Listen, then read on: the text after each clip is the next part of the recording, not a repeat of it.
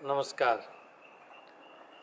इस बार मैं काफ़ी दिनों बाद मैं आपके सामने उपस्थित हुआ हूँ क्योंकि मरीजों की व्यवस्था और कुछ पढ़ाई लिखाई के काम में व्यस्त हो गया था। अभी मैं कुछ ऐसे बिंदु बताना चाहूँगा कि कोई भी कैंसर का पेशेंट इलाज करवाता है तो वो इलाज क्यों सक्सेस नहीं होता या क्यों कैंसर के मरीज है जो बीच में इलाज छोड़ देते हैं। जब हम इलाज शुरू करते हैं तो मरीज़ को सारी बातें बताते हैं और कुछ बातें ऐसी होती है जो मरीज़ के रिलेटिव है उनको बताते हैं, लेकिन जब मरीज़ इलाज शुरू कर लेता है और उन इलाज की जब पालना की बारी आती है तो हो सकता है कई लेवल पे वो इस चीज़ को ब्रेक कर देता है, क्योंकि अपने यहाँ हर आदमी डॉक्टर है तो हर आदमी उसको सलाह देगा, तेरे को ये नहीं करना चाहिए, ये करना चाहिए, तुम्हें वहाँ जाना चाहिए, तुम्हें जड़ी बूटी खानी चाहिए, अलग अलग तरह की चीज़ें बताएंगे। और जब मरीज़ परेशान होता है तो परेशान आदमी हर आदमी की बात सुनता है और गौर करता है कि वो संभावनाएं तलाशता है कि कहीं न कहीं मेरे को इस चीज़ में हो सकता है फ़ायदा मिल जाए। तो इस तरह से क्या है कि जब इलाज शुरू करते हैं तो कैंसर का इलाज है तो वो थोड़ा मुश्किल तो होता ही है, थोड़ी उसमें तकलीफ होती है।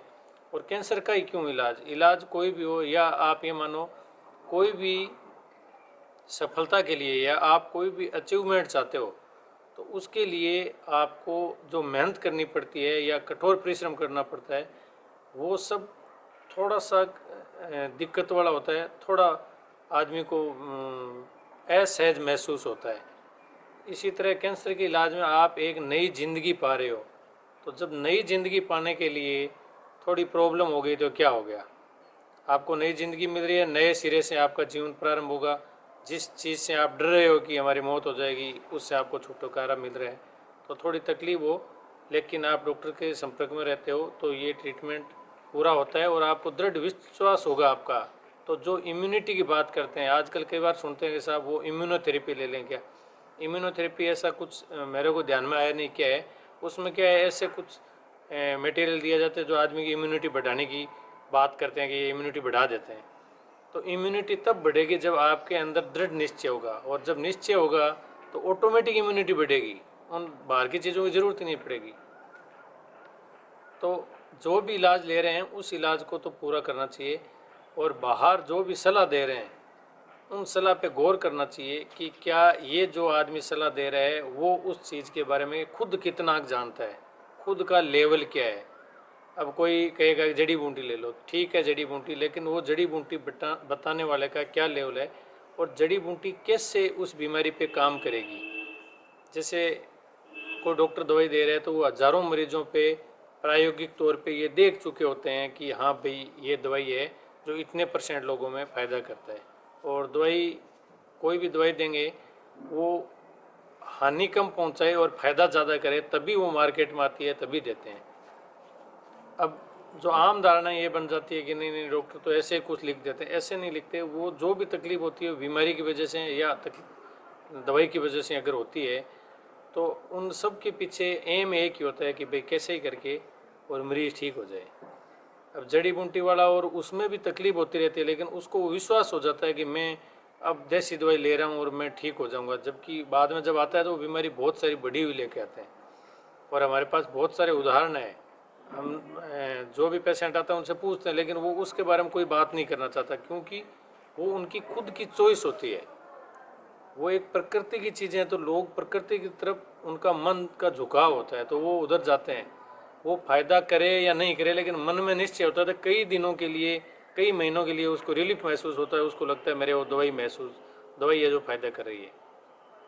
दवाई फ़ायदा नहीं कर रही, वो आपका विश्वास पैदा कर रहा है। तो उसी विश्वास के साथ में अगर आप जो प्रायोगिक तौर पे ट्रीटमेंट के लिए सफल मेडिसिन बनी हुई है उसका प्रयोग करें तो ज़्यादा बेटर है। अगर कोई भी जड़ी बूटी काम कर रही है तो उसके बारे में वैज्ञानिकों को भी पता है, वो भी उस पर ट्रायल कर रहे होंगे, और अगर वो सक्सेस है इलाज में तो उसको भी दवाई के रूप में ले आएंगे। जैसे बहुत सारी हमारी दवाइयाँ हैं जो पेड़ पौधों से बनती है, किसी की छाल से बनती है, और वो जब इस चीज़ में परफेक्ट हो जाती है कि भाई इसके साइड इफ़ेक्ट कम है और फ़ायदा ज़्यादा है तो उसको ट्रीटमेंट के हिस्से में ले आते हैं। और जब भी नया ट्रीटमेंट प्लान करते हैं अपन कोई भी, तो उसका रूल ये है कि जो पहले से जो ट्रीटमेंट चल रहा है उससे या तो बेहतर हो रिजल्ट में, और या उसके जो साइड इफ़ेक्ट आ रहे हैं वो पहले वाले से कम हो।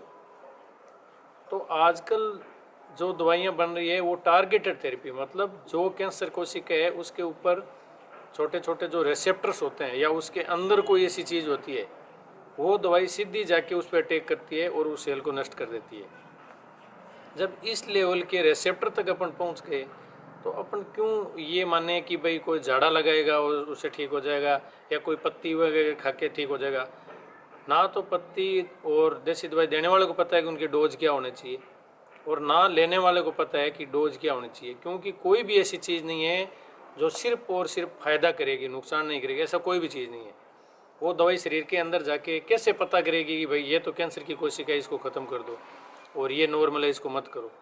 अगर नॉर्मल शरीर पे कोई इफेक्ट नहीं आ रहा और वो टारगेटेड थेरेपी नहीं है, तो फिर उसका असर उस बीमारी पे भी नहीं हो रहा, ये आपको मान के चलना पड़ेगा। तो ठीक है, वहाँ पे आपका विश्वास है, आप विश्वास को मेंटेन रखो, लेकिन मैं ये कह रहा हूँ जो आपको डॉक्टर इलाज कर रहे हैं, जो आप दवाई ले रहे हो, उस पर अगर विश्वास करोगे तो ज़्यादा बेटर होगा। क्योंकि वहाँ पे जो भी आप प्लान कर रहे हो, जैसे अपन हर चीज़ का कहते हैं कि भाई इसमें ये चीज़ है जो कैंसर कोशिका को नष्ट करती है, वो शोध भी आते हैं, वो सारी ठीक है, कैंसर कोशिका को नष्ट करती है, लेकिन इनकी एक डोज होती है। फिक्स मात्रा में जब दवाई देंगे उतनी मात्रा में दवाई देंगे जो फ़ायदा ज़्यादा से ज़्यादा करेगा, और उसके जो साइड इफ़ेक्ट है वो कम से कम आए। इससे मात्रा डिसाइड की जाती है।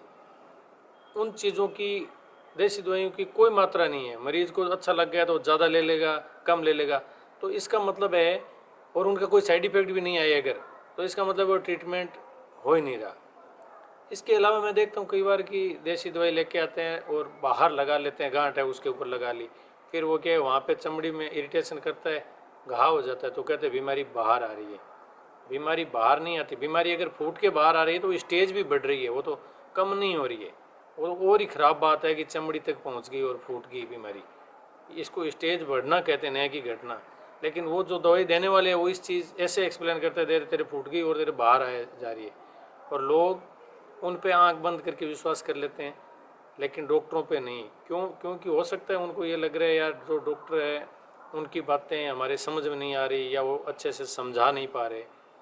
कई चीज़ें ऐसी होती है जो इस लेवल की होती है कि हर मरीज़ को उसका जो कैसे काम करेगी उस तरीक़े को समझाना बहुत मुश्किल होता है। तो इसलिए डॉक्टर यही समझा सकता है, ये दवाई देंगे इससे ये आपका फ़ायदा होगा और ये आपका नुकसान होगा, इतना ही समझा सकते हैं, उसकी सारी केमिस्ट्री नहीं समझा सकते।